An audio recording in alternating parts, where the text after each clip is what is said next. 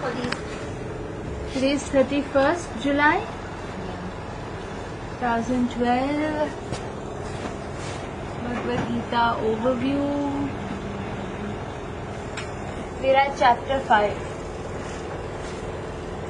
Action in Krishna consciousness. Karma Yoga. Stay is the acronym for chapter 5. S stands for stay in the world. But it is so difficult to stay in the world and still practice. Yeah, I mean, I think at least 1,000 times a day I must be thinking this only, that how to do it. It's like At least you think that is important. Exactly. one thing, but then if you do too much, then everybody says, "ये तो ज़्यादा करने लगी है." Right? I mean, it's like a tug of war going on all the time. Yeah. Actually, spiritual life, I've heard a lot of senior devotees talking about it, who've been practicing for a lot of time. They say that the problem with, with us is that our spirituality becomes a little public. But, people can notice it. But, your spiritual life should be like salt and water. It's just that you can't just see it. It's just that that water is salty now. It's so much into you that people see the effects of that spiritual life in you. But your practice should be like early mornings or times when it's your personal time. When you cut out other people's time and practice your spiritual life, that is what is disturbing to them. She's starting early morning. How early morning? 5:30. I can't wake up morning that. No, it's not like that. When maybe your family is away, or you can always say that, I need so much time for myself. I'm sure everyone will understand that there's always a personal space. As long as you don't infringe on family time. Exactly. That is the Exactly. What does A stand for? stay there. Oh, see, that's what I've written the wrong thing. Step. It's not stay, so I wrote stay here also.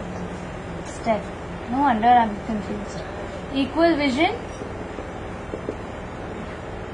between 17 to 28, and the 20 P is P's formula. The 29th shloka. S is stay in the world, 1 to 12, verses 1 to 12. T stands for 3 doers, E stands for equal vision, P stands for P's formula. This is going to be standard throughout the 5th chapter. 11th step. Take it? Yeah. Did you see the close-up? No, Oh. it's too mesmerizing. Wow. But today's is also the Hindu. That's so cute. This was yesterday. This is just beautiful. Yesterday they cordoned off one whole area out of the hall, and they did it for like almost 1/4 part of the hall.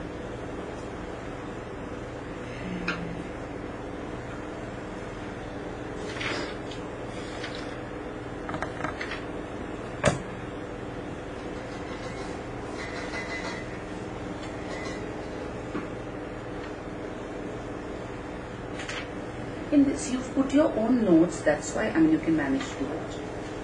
Because I'm finding it very inconvenient Oh, Hindi. This is my own handwritten notes. I mean, typed. Which you put in, type it in. Otherwise I'm finding it very difficult on the iPad. When you have the Gita to, go back to chapters and to find it. It's very tough. Yeah. It's very tough.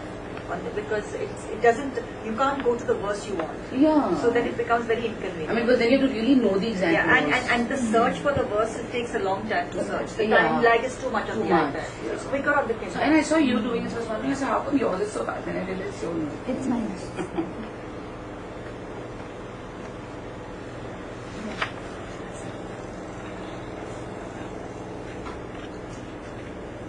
We did till 5.5, right? Yeah. Quick.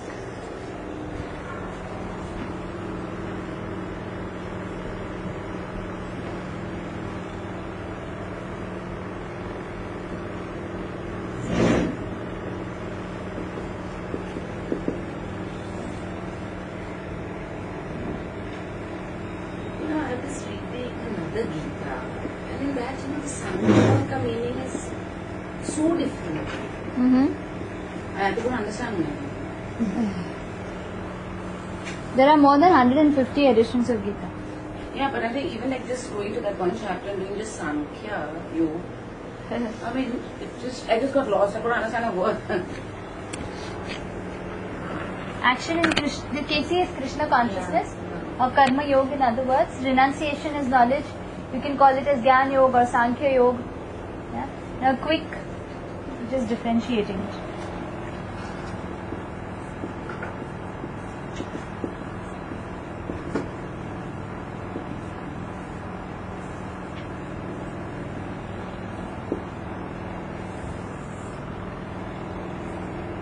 Suki, if I write it here, Utsav Prabhu, can you see this? Utsav Prabhu, can you see if I write it here? Or should I write there? No, it's fine. It's fine. Renunciation and knowledge will be something.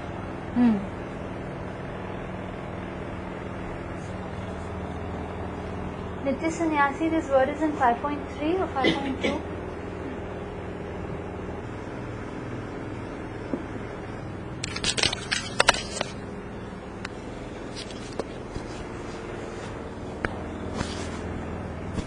The acronym for chapter 5 is STEP, S-T-E-P. S stands for stay in the world, verses 1 to 12. T stands for three doers, verses 13 to 16. E stands for equal vision, verses 17 to 28. The last verse is P, P's formula. Okay. So from this chapter starts with Arjuna's confusion. Again, he is asking the difference between work in knowledge and action in Krishna consciousness. He is asking for an option, saying that which one can I choose, please tell me definitely. And then Krishna says that they are the same things, and he says very clearly that devotional service, action in Karma Yoga or in Krishna consciousness is better than simply renunciation with knowledge. And then he starts describing of why it is better than Sankhya Yoga. So Krishna himself was openly saying that. 5.2. 5.2 he openly said that devotional service is better than just mere renunciation and knowledge. Devotional service to him. To him, yeah, there's no other devotional service. Yeah. You do the Gita, so we assume it's to Krishna. Yeah, obviously. It's action in Krishna consciousness and its difference in renunciation and knowledge. The first thing is the action in Krishna consciousness. The very activity purifies our heart. And what does renunciation and knowledge do? There's no facility to purify the heart. Right? So the last thing that I read out to you is that if we renounce before our hearts are clean, we will be forced to do improper activities. Right? Because the senses are demanding some engagement. And if they're not giving any engagement, they will drag the person down to do improper activities. Right? Then action in Krishna consciousness is complete renunciation.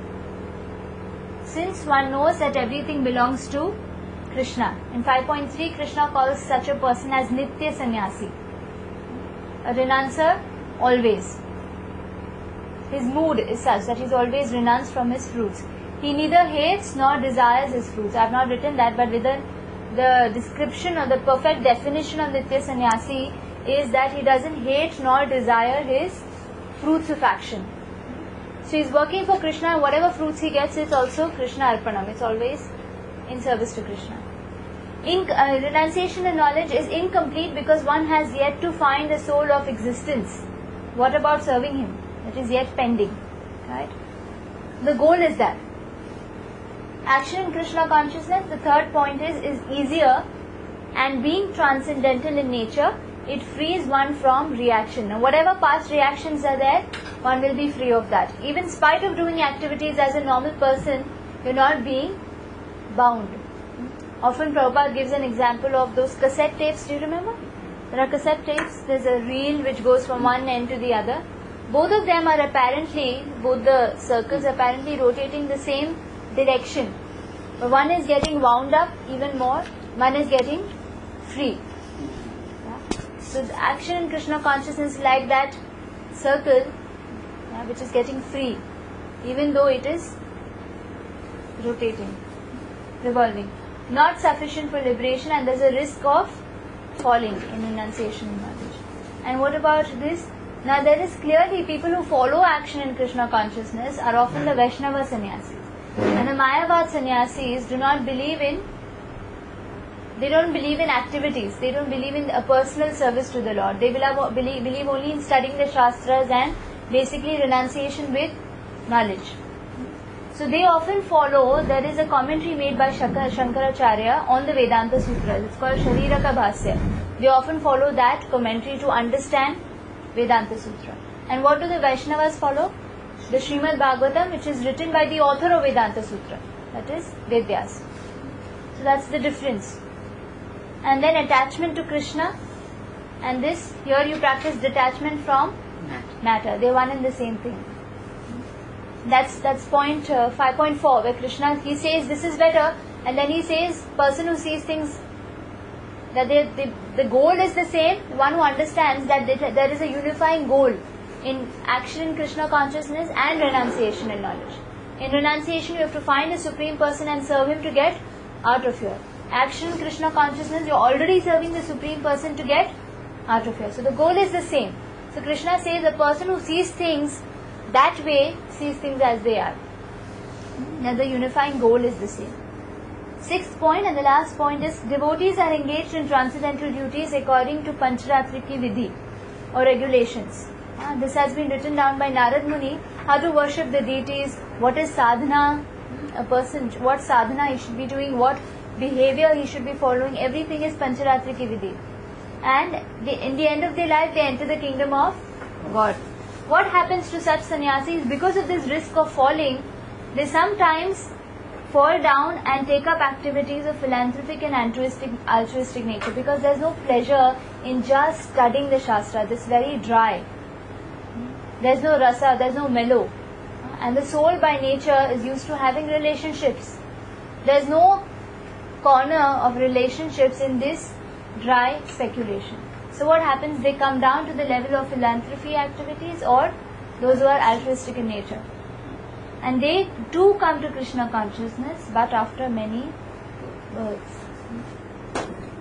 So we'll start with, I've just read whatever is there. We'll start with a prayer and we'll take up the Gita.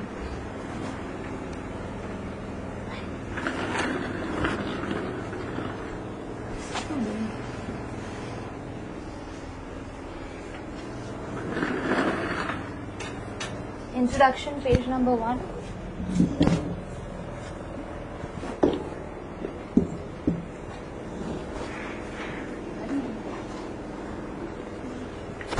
Om Ajnanatimirandhasya Jnananjanashalakaya Chakshurunmilitam Yena Tasmai Shri Guruve Namaha.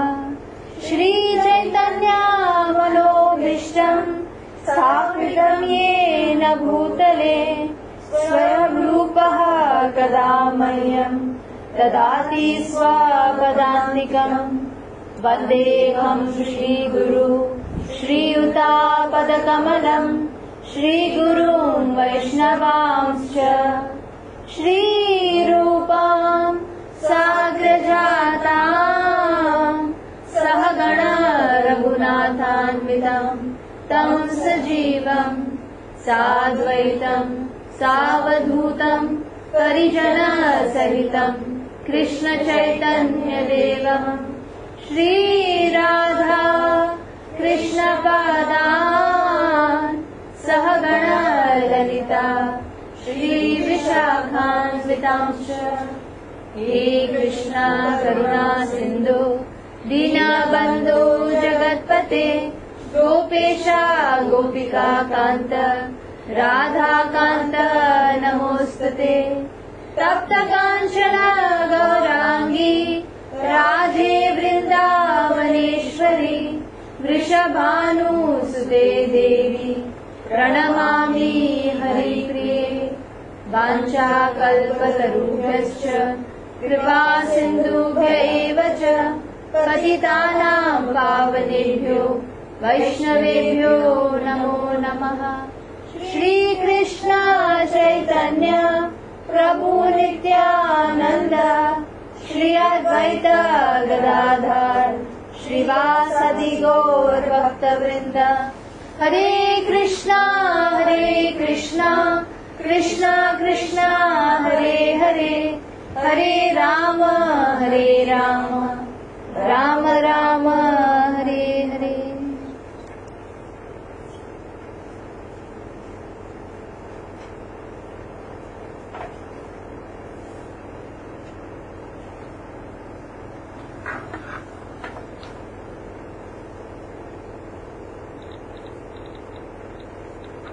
From 5.1 onwards, I'm reading only the translation of the shloka. Arjuna said, "O Krishna, first of all you ask me to renounce work, and then again you recommend work with devotion." Is everyone there?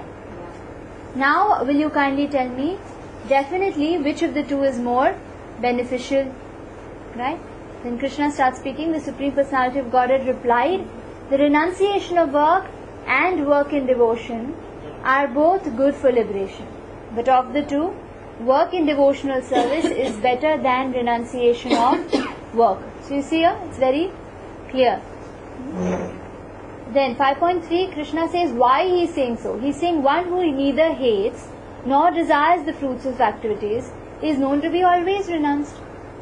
So what is the difference? What is the consciousness? It's the consciousness which matters. I remember Sachinandan Maharaj, he's a German nationalist who became a Prabhupada disciple, and later on he went on to take sannyas, and he's a leading guru in those Ukraine and Germany and those areas of the world. So he was saying that during the Kartik month he does a lot of sadhana. So at that time he was around in the Himalayan regions, and he was chanting and he was internalizing his japa a lot at that time. He saw one of the yogis without they wear only very minimal clothing and they practice extreme tapasya, and he used to sit in a particular part of the cave and Sachinandan Maharaj would be sitting, and then he was chanting and he was practicing his om and whatever his austerities were there for days and days together. And then what happened, one day this yogi just walked off, and Sachinandan Maharaj he thought, okay, maybe he left, And I think about 1 or 2 days the person didn't come back. So that was a more convenient facing the, cave opening. So Sachinandan Maharaj went and sat down in the place where the yogi would sit. And that's where he started chanting. The next day the yogi came back and he was very upset. And he said, "That's my place." Even in the cave. And there's absolutely nothing. And 3 days he didn't come back. But he had that attachment. So he was thinking, my God, this person has left everything, even clothing, even basic necessities of life, but he's still attached to his place. That is because the nature of the soul is to get attached. Even if we sit in the plane for some time, what happens? It's my seat. Even next time when we come on that plane, last time I was sitting there. That was such a convenient seat, or whatever like that. We always remember. It's not a material conditioning. A lot of times we think, getting attached to material things is material conditioning. But this nature of getting attached to something is something that the soul wants to love, to serve. But what is that it gets misguided. So here Krishna is saying, one who neither hates nor desires the fruits of his activities is known to be always renounced. Such a person, free from all dualities, easily overcomes material bondage and is completely liberated. O mighty armed Arjuna. In 5.4 he speaks, only the ignorant speak of devotional service, karma yoga, as being different from the analytical study of material world, Sankhya Yoga. That means a person who thinks that the goals that you achieve by Sankhya Yoga and the goal that you achieve by devotional service, if they say it's different, then that person is ignorant. Because the goal is the same. Those who are actually learned say that he who applies himself to one of these paths, himself well to one of these paths, achieves the results of both. Next one, 5.5. Can we start from there? I'll read the shloka. Please repeat. Yat sankhe prapyate sthanam. Yat sankhe prapyate sthanam. Tad yogerapi gamyate. Yat yogerapi gamyate. Ekam sankyam cha yogam cha. Ekam Sankyam Cha Yogam Cha Yaha pashyati sa pashyati. Yaha Pashyati Sa Pashyati. Can we read the translation together? One who knows that the position reached by means of analytical study can also be attained by devotional service, and who therefore sees an analytical study and devotional service to be on the same level, sees things as they are. Correct. I was talking about the goal, the same thing. Now the last line of the purport, Prabhupada writes there, detachment from matter and attachment to Krishna are one and the same thing. One who can see this sees things as they are. Yeah? Suppose if there is something in my hand and I need to pick up the duster. I put this down and I pick up the duster. It's one and the same thing. Right? For this hand to pick up something else, I have to put something down. That detachment is required for me to get attached to something higher. If I have to get detached from matter, then I have to get attached to Krishna. When I get more and more attached to Krishna, detachment is natural. It's higher. But not necessarily just detachment does not mean that you're going to get attached to it. I mean, you should get attached to Krishna, right? It becomes easier. No, that's what Simply Sankhya group says, practicing- that they don't get, they're detached from that. Simply practicing detachment without, here is the next 5.6, it is there, Can we read that? Then I'll come to your point. We're in the flow of as Krishna talks, so it's very good. Sanyasastu mahabaho Sanyasastu Mahabaho dukham aptum ayogatah Dukhamaptam Ayogatah yoga yukto munir brahma Yoga Yukto Mani Brahma nachirnadi gacchati. Manjari Gachati. Right? Can we read it together? Merely renouncing all activities, yet not engaging in the devotional service of the Lord, cannot make one happy. Get it? Yeah? But a thoughtful person engaged in devotional service can achieve the supreme without delay. So here he's made a clear demarcation. He's saying that one who's only renounced and he is not acting on that basis of the knowledge that I have to serve the supreme person, if I have to get out of this material world, then it is cannot make one happy. This is what Krishna says. And he says, but a thoughtful person, who's a thoughtful person? Means he knows already what is the soul of existence. Now he knows what I'm supposed to do. I'm supposed to serve this Lord. Person engaged in devotional service can achieve the supreme without delay. That means one who's practicing action in Krishna consciousness, his gati, his destination is fixed. He's going to go back to Godhead because he's serving that supreme person. What about the person who's only renouncing? He cannot be happy because he's merely renouncing. He's not understanding that this thing is in my quota to serve the Lord. Right? Is that okay? There's an important point in there. Yeah, in the purport here, Prabhupada makes a point between the difference between Mayavadi sannyasis and the Vaishnava sannyasis. Vaishnava sannyasis understand that I can serve the Lord. That's what he wants me to do. Not simply renunciation. Because simply renunciation, what happens? There's a risk of falling. It's not sufficient for liberation. Krishna says here very clearly that one who's acting in Krishna consciousness, he attains the supreme without delay. Yeah? And here Mayavadi sannyasis sometimes fall down. A lot of sannyasis you'll see that they come back, they build hospitals, they build dharmshalas. That's not wrong. But what is the best welfare for a soul? That he is connected back to Godhead. Not food, clothing, shelter. That is also good, but is that complete? It's incomplete because the soul is still far away from his supreme Lord. 5.7. Can you go ahead? Yoga yukto vishuddhatma Yoga Yukto Vishuddhatma vijitatma jitendriyah Vijitatma Jitendriyah sarvabhutatma bhutatma Sarvabhutatma Bhutatma kurvanapi na lipyate. Kurvanapi na lipyate. Translation together. One who works in devotion, who is a pure soul and who controls his mind and senses, is dear to everyone, and everyone is dear to him. Though always working, such a man is never entangled. Just give me a minute. Now from 5.7 to 12, now this entire thing is one section, stay in the world. In 5.1 to 5.6, Krishna is clearly demarcating the two theories of Sankhya Yoga and Karma Yoga. And now he is asking us how to practice Karma Yoga. Now that he is saying that it is better, we need to know how to practice it. Right? So here he is saying that in 5.7 he is describing a person who has the symptoms of a Karma Yogi. There are 3 symptoms. Vishwanath Chakravarti Thakur, can I erase the first part of the board? Yeah. Shalini, you will.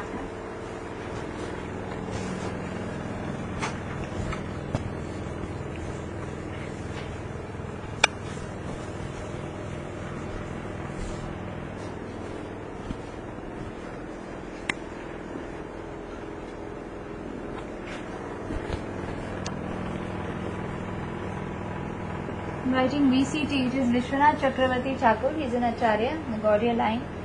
He says there are 3 symptoms of advancement of a Karma Yogi.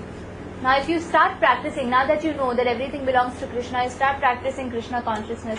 How do you know that you are advancing? Krishna gives 3 symptoms here. The first symptom being A, Vishuddhatma. Krishna says pure soul.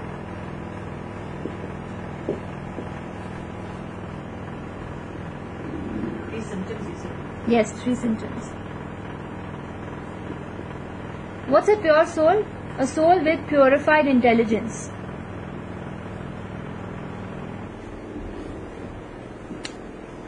(5.7) and 5.8, Krishna is describing number in 5.7. Here I've written 5.7, 5.8. Krishna describes a Karma Yogi. In 5.7, he gives this description. That he is a Vishuddhatma, he is Vijitatma, and he is Jitendriya. That is, Vishuddhatma means a soul with purified intelligence. Vijitatma means one who is self-controlled. He always knows and acts on the platform of the soul. He understands that I am not this body. All the time he is of this consciousness. Jitendriya, one who has conquered his Indriya, his senses.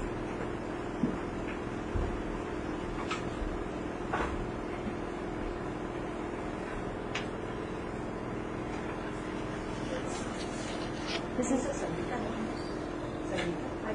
she's not well. Yeah, she's not well. She has an infection or something. Sheetal stays very close to Sheetal Bhatt. Now, she stays very close to Sangeeta. She said, first of all, she's not staying here because of renovation. I'm saying renunciation. Renovation. To my head, man. Yeah.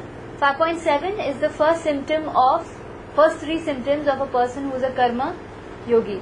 So how do you know your practice? You are advancing in Karma Yoga. Your intelligence is getting purified. Means you are able to demarcate. This is a materialistic activity. This is Krishna consciousness. Second one, who is self-controlled. Your intelligence is able to remind you that I am not this body, I am the soul. And one who has conquered his senses. That's like the ultimate stage, Jitendriya.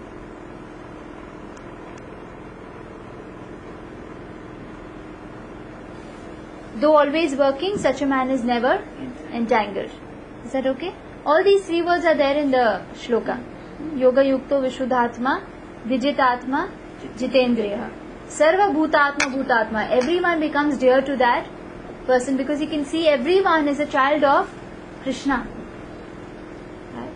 And then Kurvan Apina Lipyate. Such a man is never entangled. All this is a description of a person who is an advancing Karma Yogi. So this is one part. Second part is that everyone is dear to him. Third is never entangled.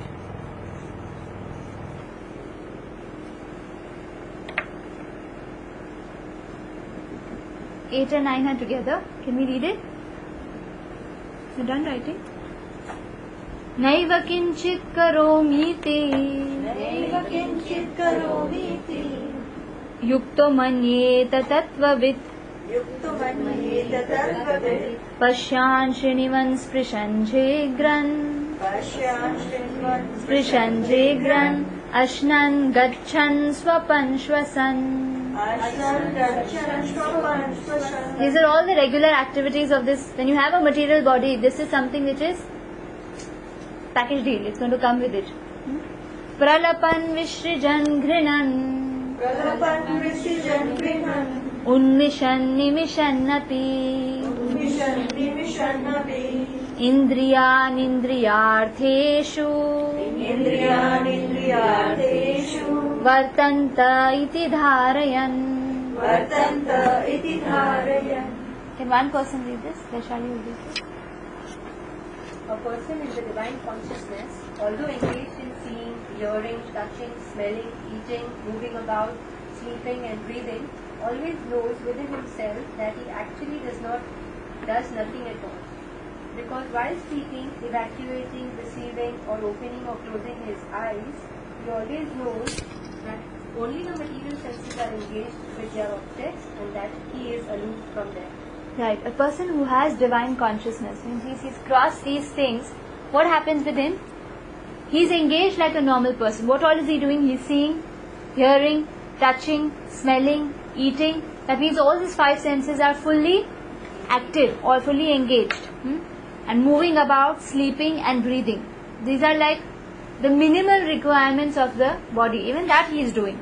Always knows within himself that he actually does nothing at all. If you're sitting in the car, are you moving or the car is moving?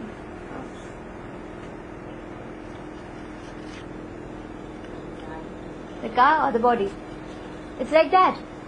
What happens if you start identifying yourself with the car?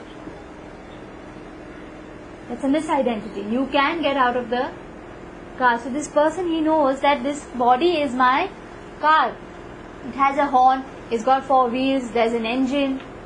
Just like I have eyes, nose, tongue, skin, ears, everything. Hands and legs to move about.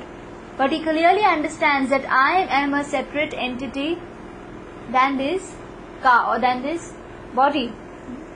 Because while speaking, evacuating, receiving or opening or closing his eyes, he always knows that only the material senses are engaged with their objects, that he is aloof. So simply to explain this point, Krishna makes this whole thing, that all these activities are so normal that you will see a person. You might think that only when he is sitting in this form or something, he is a renounced person. No, a person is doing all these activities, yet he is aloof. So that's the second quality of a advancing karma yogi. It's in 5.8, is that he is always aloof. He understands the difference between the material body and the spirit soul. That's 8 and 9.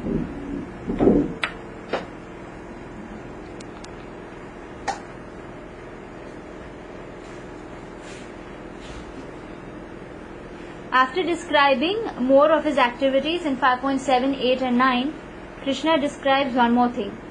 Now, since he is acting normally, even with the material body, does he get any sinful reaction? That's in 5.10.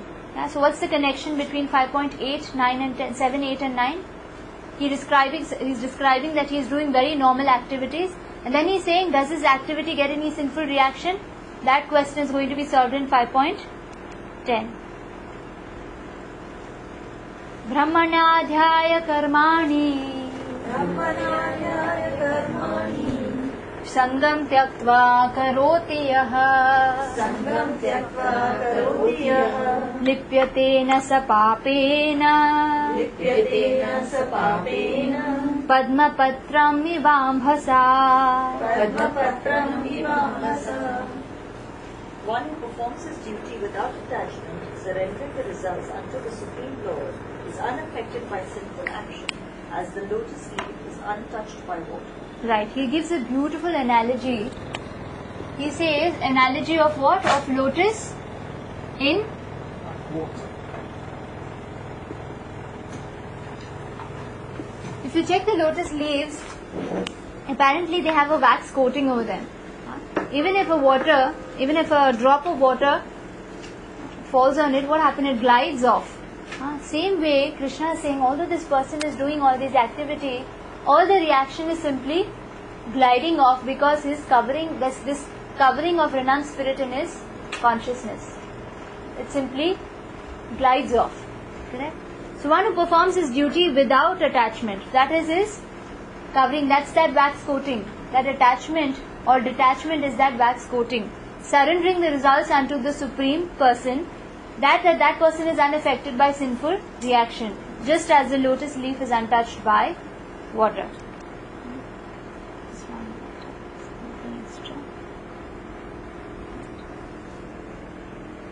So 2 points, analogy of lotus in water. What is that wax coating?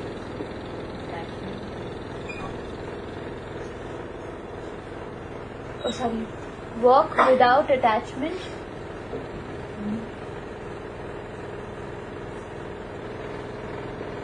The wax coating is it work without attachment, and surrendering fruits to Krishna. Just as water glides off, the reaction also glides off from such a person.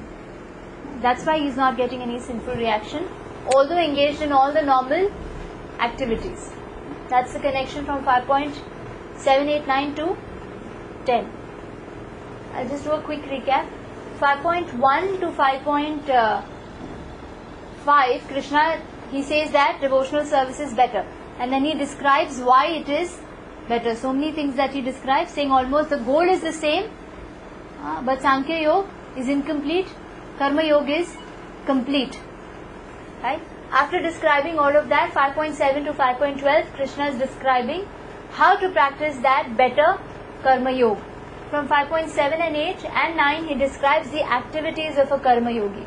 In 5.7, he says that he is a Vishuddhatma, he is Vijitatma, he is Jitendriya, and everyone is dear to him. Right?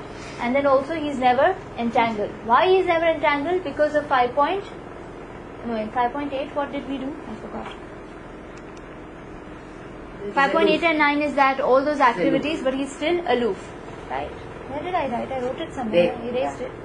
Here. 5.8 he is aloof. And why does he not get any sinful reaction? Because of that wax coating on it. Just as there is a wax coating on a lotus leaf, the wax coating on the Karma Yogi is his attachment to Krishna, or he works without attachment and surrenders all his fruits to Krishna. Is that clear? Go to the next.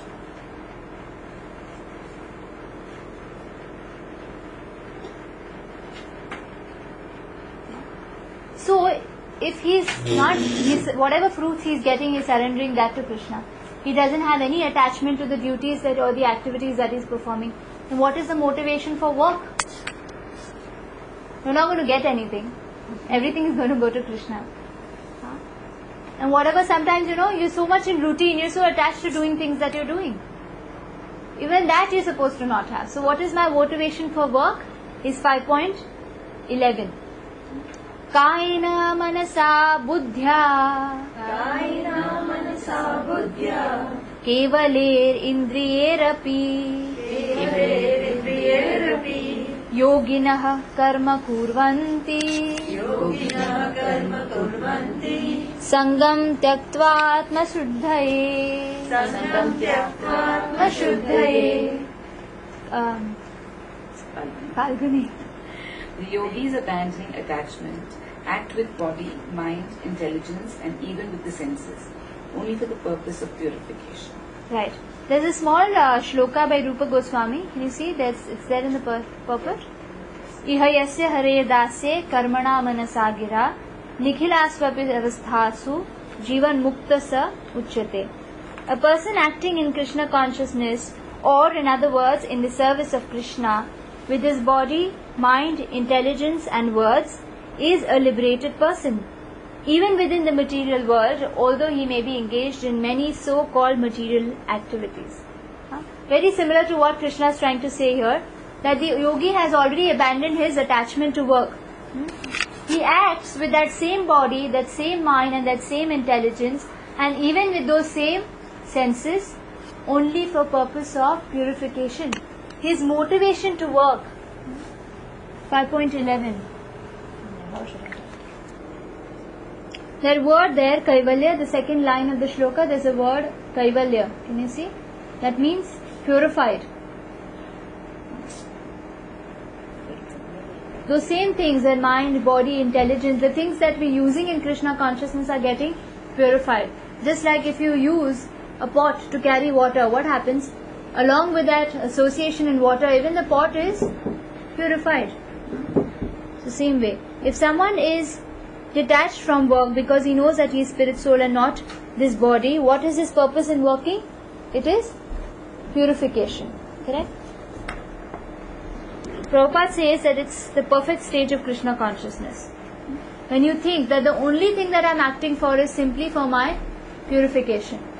For that consciousness to come, it takes some time for that consciousness. That my only goal is purification. We often have a lot of goals, some hidden goals, some public goals, some goals for even for duties that we have. We set our own goals.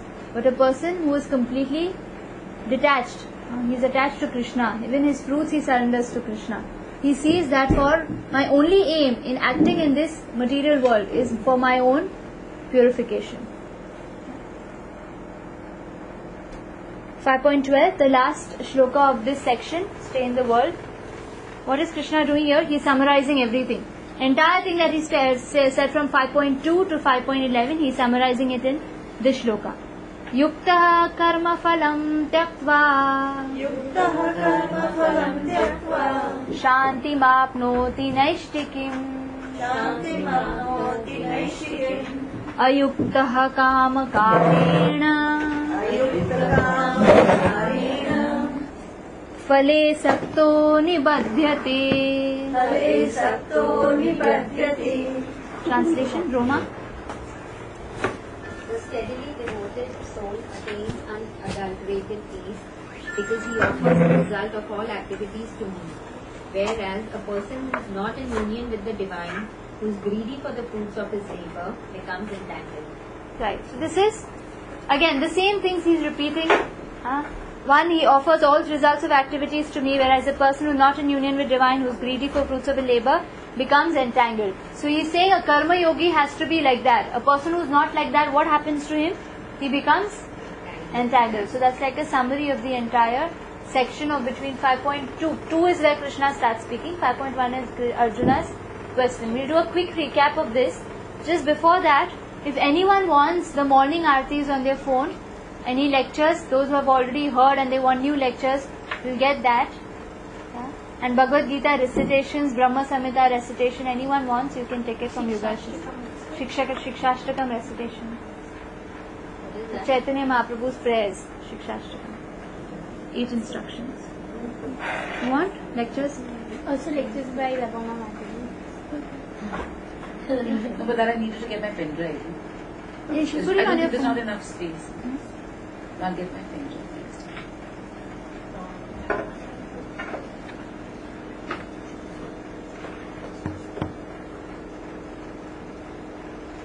Sir Prabhu, would you like some lectures on your phone? Zabardasti nahi. Not by force, I'm just asking. Roma, you want some lectures on your phone? I think that's what I'm just seeing on that. Dipti, you want some? Maybe what we've missed. Good idea. You have chapter 3 ka folder? I think maybe. A steadily devoted soul attains unadulterated peace because he offers the results of all activities to me. Whereas the opposite, a person who is not in union with the divine, who is greedy for the fruits of his labor, becomes entangled. So quick recap, stay in the world. 5.1 is Arjuna's question. 5.2 Krishna says, Which is better. yeah, he says which is better. 5.3 he says why it is better, and he gives the next 3-4 shlokas up to 5.5. He gives that whole chart that we drew here. 6 points are there in it. Why a person is better. A person acting in Krishna consciousness is better than in one simply in renunciation. One who is in renunciation will not be happy, whereas one who is a karma yogi goes back to the kingdom of God in the end of his life. Right? Then 5.7 to 12 he says how to be a karma yogi, starting with describing his activities. Means he is doing everything normally, but still he is aloof. He is a Vishuddhatma, he is Jitatma and Jitendriya. These are the symptoms of his advancement. Everyone is dear to him because he sees everyone as a part and parcel of Krishna. He never gets entangled. Why? Because of that waxing on him. Just like a lotus leaf has a waxing and the water simply glides off. Reactions, sinful reactions, good or bad, both glides off from the consciousness of a person because of his work without attachment and because he surrendered to the fruits, he surrendered whatever fruits he's got to Krishna. And 5.11, then if a person is simply surrendering, what is his motivation to work? Purification. Right? So now from 5.13 to 16, these 4 verses, they're simply solving a question which Arjun had asked in the 3rd and the 4th chapter. It's about who is the doer. When we continue, you'll understand. We're going to read the verses 5.13 to 16 and then come back for elaboration. Altruistic in nature.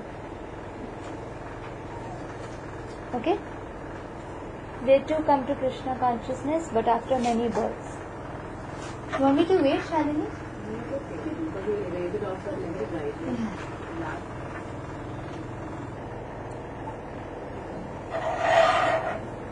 5.13, can we start?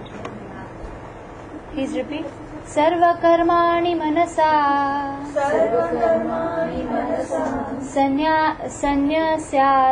sanyaste sukham vashi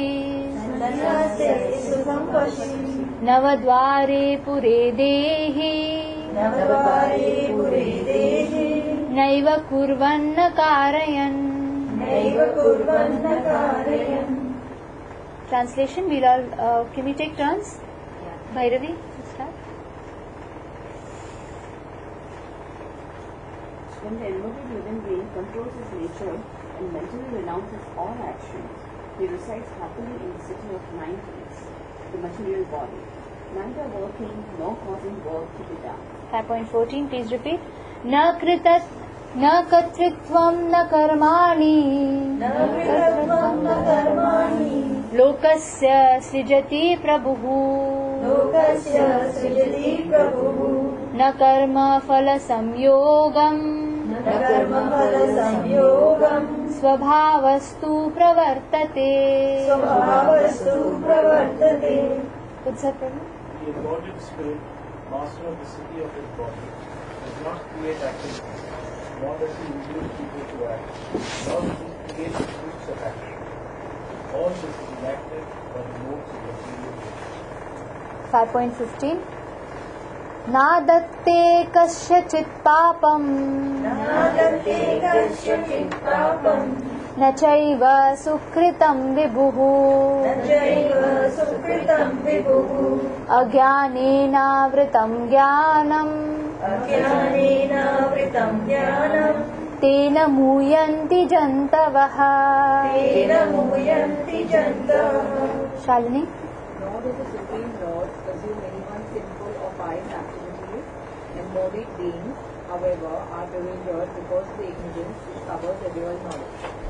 Last one, 5.16. Jnanena tu tadajnanam yesham nashitam atmanah tesham aditya vajjnanam prakashayati tatparam. Niti? When, however, one is enlightened with the knowledge by which innocence is destroyed, then his knowledge is taken as the sun lights up everything in the nature. Right. So here the question is, who is the doer? Okay, writing this down.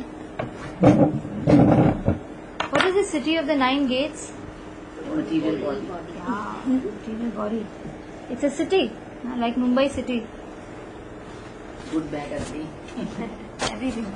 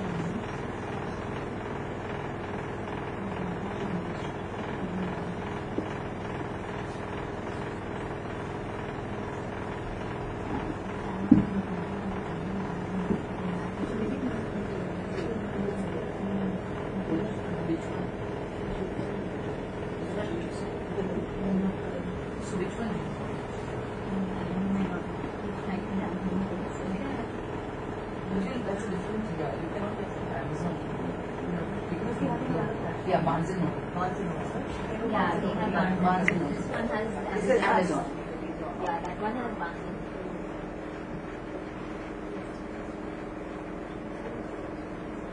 Kids basically do the research whichever piece they find more to their liking, they buy that. My daughter is very fond of reading.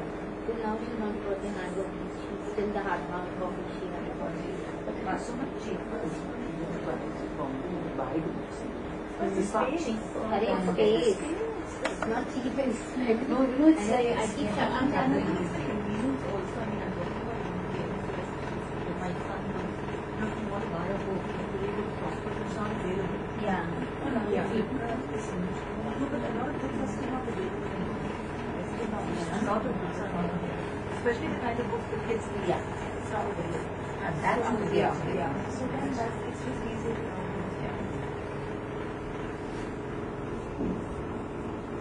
Thanks for the donation. So getting it too much. That's only You buy this thing, that's such price. But it's not comfortable. You don't like it. It's a little bit. No, it's not like, see, but I like this position of parents such a fact. But if I have to read, I would not read all this. At home I would always read on Yeah. I would never read all this. But I mean, story, I mean, books is very good. Yeah. I still prefer the hardbound copy. Yeah, I still prefer I prefer that. the feel of the book. Convenience wise is nothing. Yes, It's yeah. not- the look is Fun, that's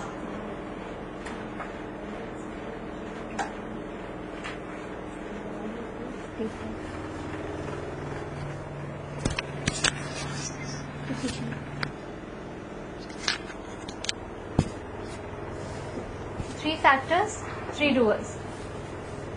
Doer number 1, doer number 2, doer number 3. Who gets the karma? Supreme person. Supreme person gets the Soul. karma? Soul. The soul. The three doers, why does the soul get the karma? the soul is the one who desires. Pattern is clear? The soul, everything starts with the soul's desire. What happens? The material nature, the prakriti. This is Jiva, Sanskrit words. Prakriti, Ishwar, or the ultimate controller.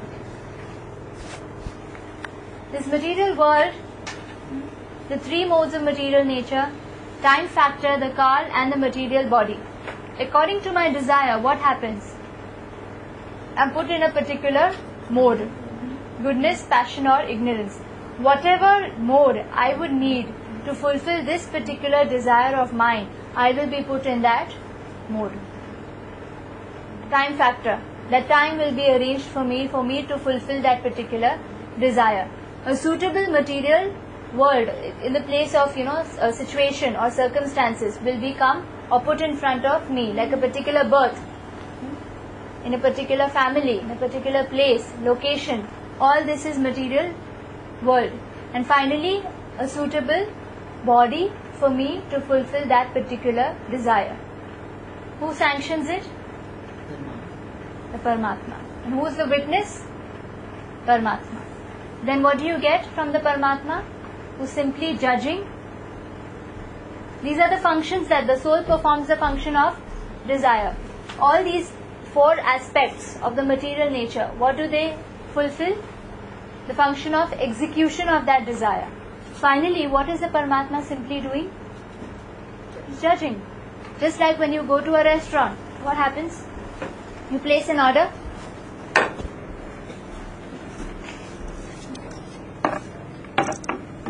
When you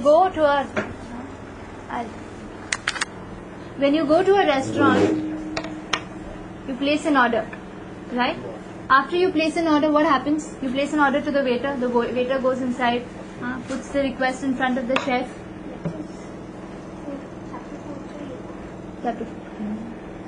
Unko DD1 is too huge. Try putting it on the top. That's good. That's chapter 1. Thank you. Sorry. Thank you, in fact. Where was I? He placed an order in Govinda's. You place an order, what does the waiter do? He goes and gives it to the chef. So my order is like the soul having a particular desire. Who's the chef? Who's the waiter? What are the ingredients, the cooking utensil, the kitchen? All this. Who's this? Cashier. Whatever you eaten, you're going to pay. Where does the mind and the intelligence come from? Sorry? Where does the mind and the intelligence come from? Material body. They're part of the material body. So, Sorry. the mind and the intelligence is not something that you will carry forward. Yeah, each birth. But then the mind is the one which is storing the desire. It's simply a storehouse of that same desire. It's dragging me here to the next facility which is created for me. The mind is right now with the soul. Even when the body changes, unless it is liberated, that person is going with that same set of mind, intelligence and false ego. That's why people have some phobias or some experiences or even this. Right now what we are doing is past lives unfulfilled desires, which the mind is supposed to carry. It's like a storehouse. It is one of the functions of the mind, to store that desire. And the soul, thinking that by this desire which is stored in the mind, I'm going to be happy, it runs after that subtle body. Right now, misidentification are of two types.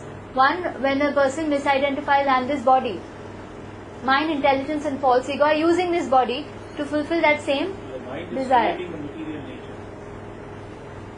The mind is creating the material body, literally.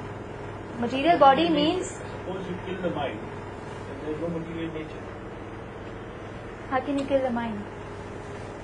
Well, the soul by itself never had the mind. Yes. When you come to the material world from the spiritual world... What is purity? Purity must be the soul by itself. Yes. Full consciousness. If I compare, like in Katha Upanishad, this body is compared to a chariot. Where the soul is the passenger, the intelligence is the driver, the reins, the ropes which are taking care of the horses is the mind. And the horses are the five senses. The horses can change. Like when the material body changes, it's simply my set of senses that I have that are changing. But when the mind gets the next five horses or the next body, say the body of a pig, like Indra, when he got a body of a pig, his senses were different. But his mind was the same and he simply wanted to enjoy.